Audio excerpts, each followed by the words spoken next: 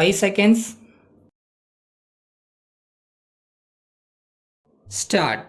தமிழ்நாடு சட்டப்பேரவையில் வரவு செலவு திட்டத்தின் மீது எதிர்க்கட்சி தலைவர் பேசியதாவது: மாண்புமிகு தலைவர் அவர்களே, நிதியமைச்சர் அவர்கள் இந்த ஆண்டு ஒரு பற்றாக்குறை வரவு செலவு திட்டத்தை அளித்திருக்கிறார்கள்.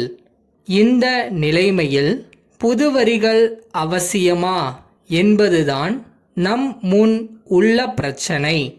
பக்கத்து மாநிலங்களில் துண்டு விழுந்தாலும் ஒருவித புது வரி ஏதும் போடாமல் வரவு செலவு திட்டத்தை தயாரித்து இருக்கிறார்கள். அது மிகவும் பாராட்டத்தக்கது. ஆனால் நமது நிதியமைச்சர் அவர்கள் புதுவரி ஒன்றும் போடவில்லை என்றும், இருக்கும் சில வரிகளில் மாற்றம் செய்து சமாளிக்க வேண்டியிருக்கிறது என்றும் சொல்கிறார்கள். இந்த வரி மாற்றம் அவசியமா என்பதை நாம் கவனிக்க வேண்டியிருக்கிறது. இந்த வரவு செலவு திட்டத்தில் துண்டு விழுவதை ஒருவிதமாக சரி கட்டியிருக்கலாம். அடுத்து, அரசாங்கத்தில் சிக்கனத்தை கடைபிடிப்பதை பற்றி பரிசீலனை செய்ய ஒரு பெரிய அதிகாரியை அமைச்சர் அவர்கள் நியமித்து இருக்கிறார்கள். அதற்கு பதிலாக அவரையும் வைத்துக்கொண்டு வேறு சில முக்கியமான தலைமை செயலக அலுவலர்களையும் உத்தியோக பற்று அற்றவர்களையும் சேர்த்து கொண்டு ஒரு குழுவை அமைக்க வேண்டும். வரவு செலவு திட்டத்தை சரியாக பரிசீலனை செய்து செலவினங்களை முடிந்தவரையில் குறைக்க வேண்டும் என்று நான் பல தடவை சுட்டி காட்டி இருக்கிறேன்.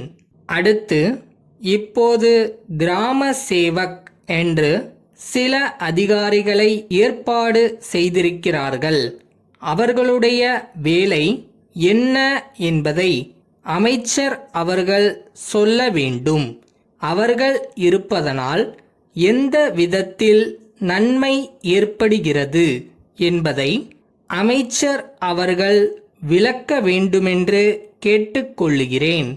அடுத்து, நல்ல விதைகளை தயார் செய்வதற்காக விதை பண்ணைகள் அமைக்கப் போவதாக அமைச்சர் அவர்கள் தம்முடைய உரையிலே சொல்லியிருக்கிறார்கள். அது ரொம்பவும் வரவேற்கத்தக்கது. அதற்கு எவ்வளவு செலவாகும் என்று அமைச்சர் அவர்கள் பார்க்க வேண்டும். பெரிய பண்ணை வைத்திருப்பவர்களை கொண்டே இம்மாதிரி விதைகளை உற்பத்தி செய்வதற்கு வழி செய்யலாம்.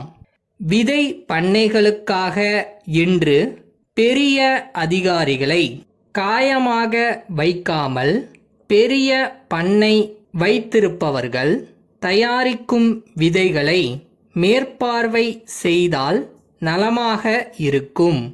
பெரிய பண்ணை வைத்திருப்பவர்களையே விதை பண்ணைகளை வைக்கும்படி செய்து அரசு சொல்கிறபடி யார் யாருக்கு எந்த விலையில் அவ்விதைகளை விநியோகிக்க வேண்டுமோ அம்மாதிரி விற்கும் முறையில் செய்தால் அரசுக்கு செலவு குறையும். ஆனால் இம்மாதிரி பெரிய பண்ணை வைத்திருப்பவர்கள் இல்லாத இடங்களில் அரசின் நேரடி பார்வையில் விதை பண்ணைகளை அமைக்கலாம் என்பது என்னுடைய கருத்து.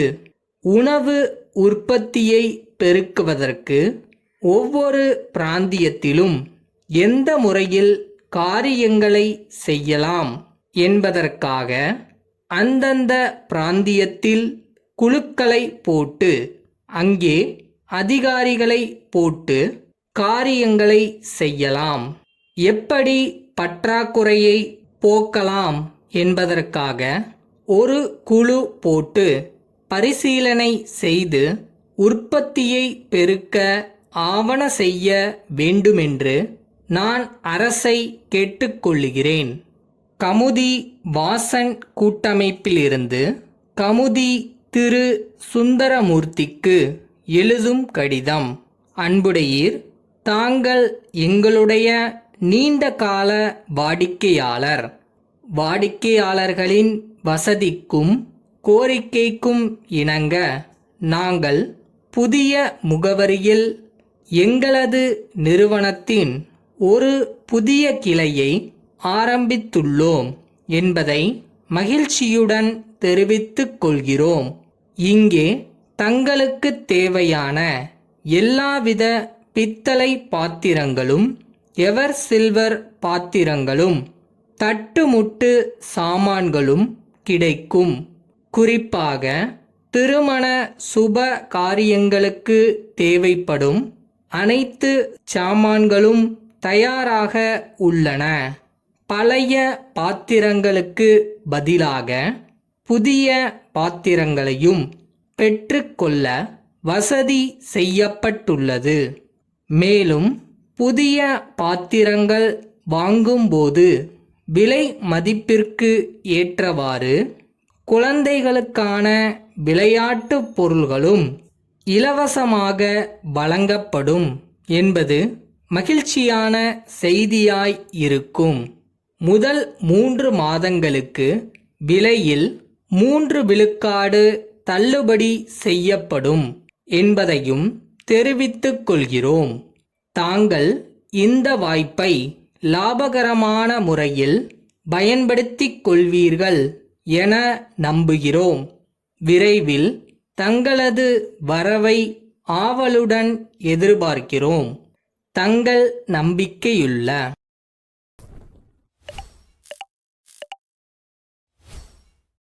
வாழ்க்கையில நம்ம என்ன பிலீவ் பண்றோமோ அது நடக்கும். சில பேருக்கு உடனே நடக்கும், சில பேருக்கு டைம் எடுக்கும்.